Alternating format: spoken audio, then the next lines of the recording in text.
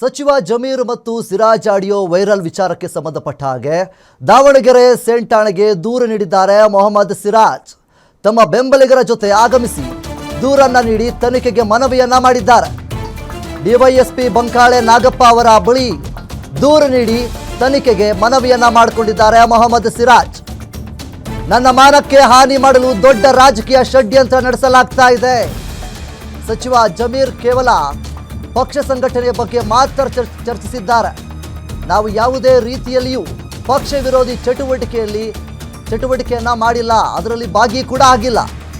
ಆರೋಪ ಇತ್ಯರ್ಥ ಆಗೋವರೆಗೂ ನಾನು ಸುಲಭವಾಗಿ ಬಿಡುವುದಿಲ್ಲ ಅಂತೇಳಿ ಹೇಳಿದ್ದಾರೆ. ಅವ್ಯವಹಾರದ ಆರೋಪವನ್ನ ದಾಖಲೆ ಸಮೇತ ಸಾಬೀತುಪಡಿಸಿದ್ರೆ ರಾಜಕೀಯದಿಂದ ದೂರವಿರುವುದಾಗಿ ಸವಾಲನ್ನ ಹಾಕಿದ್ದಾರೆ. ಹೋರಾಟ ಎಲ್ಲಿಯವರೆಗೂ ಮುಟ್ಲಿ ಅಂತೇಳಿ ಸಿರಾಜ್ ಕಿಡಿಗೊಂಡಿದ್ದಾರೆ. ಜಮೀರ್ ಅಹಮದ್ ಇಂತಹ ಕೆಲಸಕ್ಕೆ ಕೈ ಹಾಕದ ಮಾಸ್ ಲೀಡರ್. ಅವರು ಇಂತಹ ಕೆಲಸಗಳಲ್ಲೆಲ್ಲ ಕೈ ಹಾಕೋದಿಲ್ಲ. ಅವರ ತಲೆದಂಡದ ವಿಚಾರ ಹೈಕಮಾಂಡ್ಗೆ ಬಿಟ್ಟಿದ್ದು ಅಂತೇಳಿ ಸಿರಾಜ್ ಅವರು ಹೇಳಿದ್ದಾರೆ. ದೂರು ಸಲ್ಲಿಕೆ ನಂತರ ಹೇಳಿಕೆ ನೀಡಿದ್ದಾರೆ ಮೊಹಮ್ಮದ್ ಸಿರಾಜ್.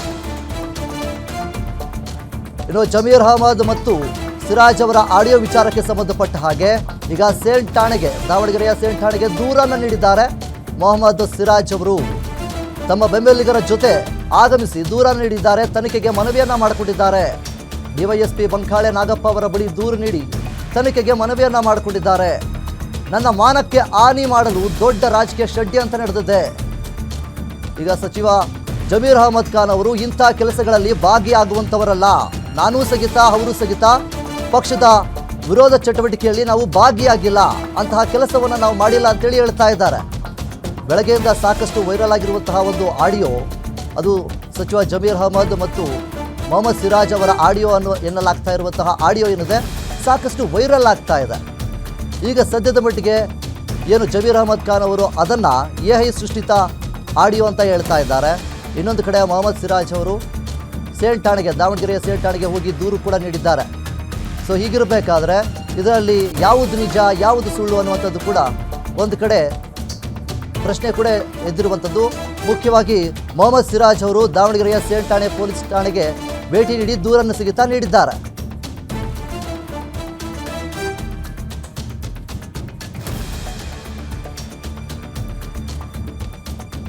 ಇನ್ನು ಮೊಹಮ್ಮದ್ ಸಿರಾಜ್ ಅವರು ಸೈಬರ್ ಕ್ರೈಮ್ ಪೊಲೀಸ್ ಠಾಣೆಗೆ ಭೇಟಿ ನೀಡಿ ದೂರನ್ನು ನೀಡಿದ್ದಾರೆ.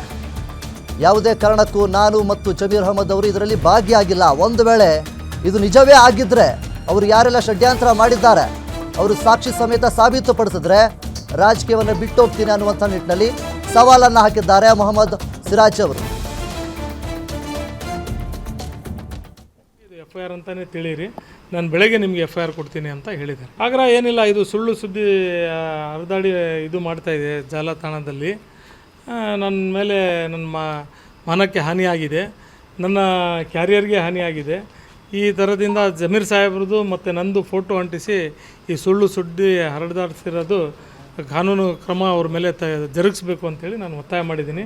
ಇದ್ರ ಮೇಲೆ ಪರಿಶೀಲನೆ ಮಾಡಿ ನೀವು ನನಗೆ ಸೂಕ್ತವಾದ ನ್ಯಾಯ ದೊರಕಿಸಿ ಅಂತ ಹೇಳಿದ್ದೀನಿ. ಇಲ್ಲ, ನಾನು ಮಾಡಿಲ್ಲ, ಅವರು ಮಾಡಿಲ್ಲ. ಅದು ನಮಗೇನು ಮಾಹಿತಿ ಇಲ್ಲ, ನಮಗೇನು ಹೇಳಿಲ್ಲ. ಯಾವುದು ನಮಗೆ ಇನ್ನೂವರೆಗೂ ನಾವು ವಿರೋಧ ಚಟುವಟಿಕೆ ಮಾಡಿದ್ದೀವಿ ಅಂತ ನಮಗೆ ಮಾಹಿತಿ ಇಲ್ಲ. ಇದೇ ಆಡಿಯೋ ಆಧರಿಸಿ ಇಲ್ಲಿಂದ KPCCದವರು ಸಹ ಒಂದು ದೂರು ಅಲ್ಲ, ಪರಿಶೀಲನೆ ಮಾಡಲಿ ಬಿಡ್ರಿ, ಅದಕ್ಕೇನು ತೊಂದರೆ ಇಲ್ಲ. ನಮಗೆ ಮುಖ್ಯವಾದ ಇದು ಲೀಕ್ ಆಗಿರೋದು ಎಲ್ಲಿಂದ ಏನಾಗಿದೆ, ನಾವು ಮಾತಾಡಲಿಲ್ಲಿದ್ದರೂ ವಿಷಯಗಳು ಎಲ್ಲ ಮಾತಾಡಿದ್ದೇವೆ ಅಂತೇಳಿ ಸೃಷ್ಟಿ ಮಾಡಿರೋದು ಅವೆಲ್ಲ ಹೊರಗೆ ಬರಲಿ ಅಂತೇಳಿ ನಾವು FIR ಮಾಡಿರೋದು. ನಾವು ತಪ್ಪಿಸ್ತರಿದ್ದರೆ ನಾವ್ಯಾಕೆ ಕಾನೂನು ಮೊರೆ ಹೋಗ್ತಿದ್ವಿ? ತನಿಖೆ ಆಗಬೇಕು, ಸ್ಪಷ್ಟವಾಗಿ ತನಿಖೆ ಆಗಬೇಕು. ಇದರ ಹಿಂದೆ ಯಾರು ಷಡ್ಯಂತ್ರ ಮಾಡ್ತಿದ್ದಾರೆ ಅದು ಬಯಲಿಗೆ ಬರಬೇಕು. ಎಲ್ಲ ಸ್ಪಷ್ಟೀಕರಣ ಆಗಲಿ, ಯಾರಿಗೆ ತಲೆ ದಂಡ ಆಗ್ತದೆ ಆಗಲಿ. ಅದೇ ಬಹಿರಂಗ ಪಡಿಸ್ಲಿ ಅದೆಲ್ಲ ಯಾವ ಥರ ಎಲ್ಲಿಂದ ಬಂತು, ಏನು ಬಂತು, ಯಾವ ಥರ ಆಗಿದೆ, ಯಾವ ಥರ ಇಲ್ಲ ಅಂತೇಳಿ ಸ್ಪಷ್ಟೀಕರಣ ಕೊಡಲಿ. ಅದೇ ಅವ್ರಿಗೆ ಗೊತ್ತು, ಅದು ಕೇಳಿ ಅದು ಬಹಿರಂಗವಾಗಿ ಹೇಳಲಿ. ಅವರು ಯಾವುದಾಗಿದೆ ಯಾವುದಿಲ್ಲ ಅಂತೇಳಿ ಹೇಳಲಿ. ಅದು ಆಮೇಲೆ ಯಾವ ಥರ ಅದು ಸೃಷ್ಟಿಯಾಗಿ ಹೊರಗೆ ಬಂತು ಅಂತ ಅದನ್ನು ಬರಲಿ, ಎಲ್ಲ ಕುಲಂಕುಷವಾಗಿ ಬರಲಿ. ಯಾರಿಗೆ ತಲೆದಂಡ ಆಗ್ತದಾಗಲಿ, ಏನು ಅದರಲ್ಲಿ ತೊಂದರೆ ಇಲ್ಲ. ಒಂದು ನಾನು ಬಹಿರಂಗವಾಗಿ ಹೇಳಕ್ಕಂತೀನಿ, ಯಾರೇ ಹೇಳಿರಲಿ, ಯಾರೇ ಪ್ರಭಾವಿ ಇರಲಿ, ನಾನು ಒಂದು ಭ್ರಷ್ಟಾಚಾರ ಮಾಡಿದರೆ ರಾಜಕೀಯ ಅಲ್ಲ, ನಾನು ಯಾವ ಜನಸಂಹಾರ ಇದರಲ್ಲಿ ಕಾರ್ಯಕ್ರಮದಲ್ಲಿ ನಾನು ಬರೋದಿಲ್ಲ. ಒಂದು ಸಣ್ಣ ನಂದು ಯಾರ ಚರಿತ್ರೆಗೆ ಧಕ್ಕೆ ಮಾಡಿದರೆ ಅದು ಪ್ರೂಫ್ ಸಮೇತ ತೋರಿಸ್ಬೇಕು. ಯಾವುದೇ ಇರಲಿ, ನಾನು 3 ಅವಧಿ ಜಿಲ್ಲಾಧ್ಯಕ್ಷನಾಗಿ ಕೆಲಸ ಮಾಡಿದ್ದೀನಿ. ಅದರಲ್ಲಿ ಒಂದು ರಾಗಿ ಕಾಳಷ್ಟು ಭ್ರಷ್ಟಾಚಾರ ಆಗಿದೆ ಅಂತ ನನ್ನ ಮೇಲೆ ಆರೋಪ ಮಾಡಿಬಿಡಲಿ, ನಾನು ಅವ್ರು ಹೇಳಿದ್ದು ತಲೆದಂಡ ನನಗೆ ಒಪ್ಪಿಗೆ ಇದೆ. ಇಲ್ಲಿದ್ರೆ ಅವ್ರು ಒಪ್ಕೋಬೇಕು, ಇಲ್ಲಿದ್ರೆ ಸಾಬೀತುಪಡಿಸ್ಬೇಕು. ಅಷ್ಟು ಸುಲಭವಾಗಿ ನಾನು ಬಿಡೋದಿಲ್ಲ. ನನ್ನ ಮೇಲೆ ಭ್ರಷ್ಟಾಚಾರದ ಆರೋಪ ಯಾರೇ ಹಚ್ಚಿದ್ರೂ ಕೂಡ ನಾನು ಅಷ್ಟು ಸುಲಭವಾಗಿ ಬಿಡೋದಿಲ್ಲ. ಆ ಭ್ರಷ್ಟಾಚಾರದ ಆರೋಪ ಮುಕ್ತ ಆಗೋ ತನಕನೂ ನಾನು ಅದು ಬಿಡೋದಿಲ್ಲ. ಅದ್ರ ಬಗ್ಗೆ ನನ್ನ ಇದು ಇದೆ. ನಾನು ಜೀವನ ಮಾಡಿರೋದೇ ನನ್ನ ಇದಕ್ಕೋಸ್ಕರ, ನನ್ನ ಸ್ವಾಭಿಮಾನಕ್ಕೋಸ್ಕರ. ಸ್ವಾಭಿಮಾನಕ್ಕೆ ಧಕ್ಕೆ ಆದರೆ ನಾನು ಯಾವ ಕಾರಣಕ್ಕೂ ಬಿಡೋದಿಲ್ಲ. ಅದು ಎಲ್ಲಿಗಾರೇ ಹೋಗಲಿ, ಎಲ್ಲಿಗ